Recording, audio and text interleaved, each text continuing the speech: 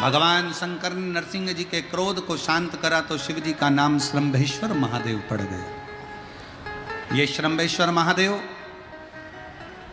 कोई साधारण महादेव का नाम नहीं है।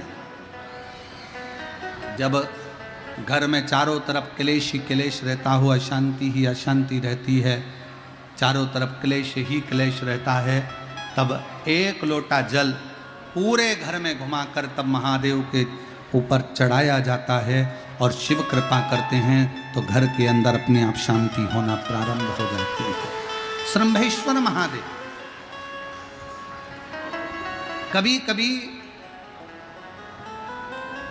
हम नवयुवक बेटा बेटियों से कहेंगे कि युवानी की अवस्था रहती है ना तो थोड़ा सा गुस्सा आ जाता है, थोड़ा चिड़चिड़ापन आ जाता है, बहुएं भी कुछ बोल जाती हैं, बेटे भी कुछ बोल जाते हैं। जवानी अवस्था है, कई बार युवानी अवस्था में थोड़ा मुख पर क्रोध आ जाता है, कई बार सत्ता में बैठ जाते हैं, कुर्सी पर बैठ जाते हैं, सिंहासन पर बैठ जाते हैं, अच्छे अधिकारी के पद पर बैठ जाते हैं तो गुस्सा बढ़ जाता है, क्योंकि कुर्सी का इफेक्ट आ जाता है, थोड़ा सा अंतर आ जाता है कि हम सत्ताधारी, हम वैभवधारी।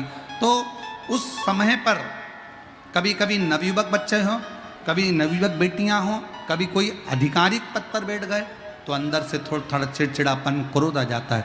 कई बार पत्नी भी कह देती, कैसे हो गए हो तुम, क्यों चिड़चिड़ करते हो, शांति रखा करो, थोड़ा अच्छे रहा करो। उस समय पर कुछ ना करा जाए तब एक बेलपत्र, एक चावल का दाना शिव जी को समर्पित कर कर श्रंभेश्वर महादेव के नाम से भगवान शंकर को जल चढ़ाना प्रारंभ कर दो। धीरे धीरे अपने आप स्वभाव में अंतर आना प्रारंभ हो जाता है। स्वभाव ठीक है,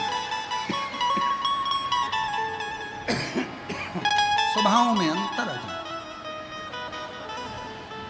कोई कामना कर कर जब हम शिव को भजें, ऐसा नहीं कि कामना पूर्ण ना हो। एक पत्र अच्छा है,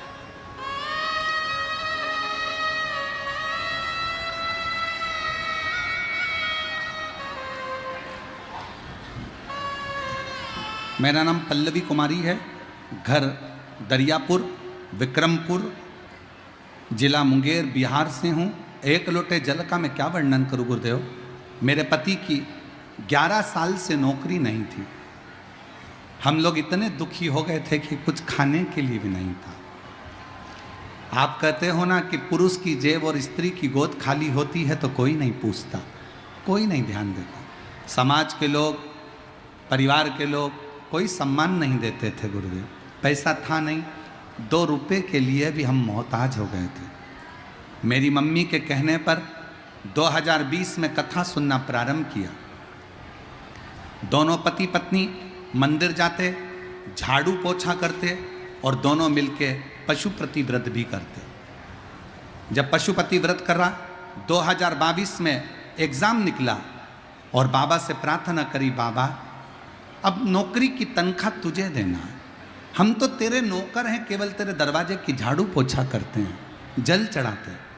2023 के अगस्त के महीने में मेरे पति ने जो रिजल्ट आया, उस रिजल्ट के बल पर मेरे पति का बाबा ने हाथ पकड़ा और रेलवे में मेरे पति की नौकरी लग गई।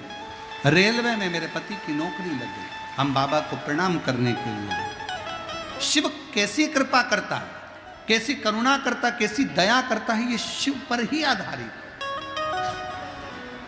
और तेरी कृपा का क्या है भरोसा, कब किस पर हो जाए जरा हम पर।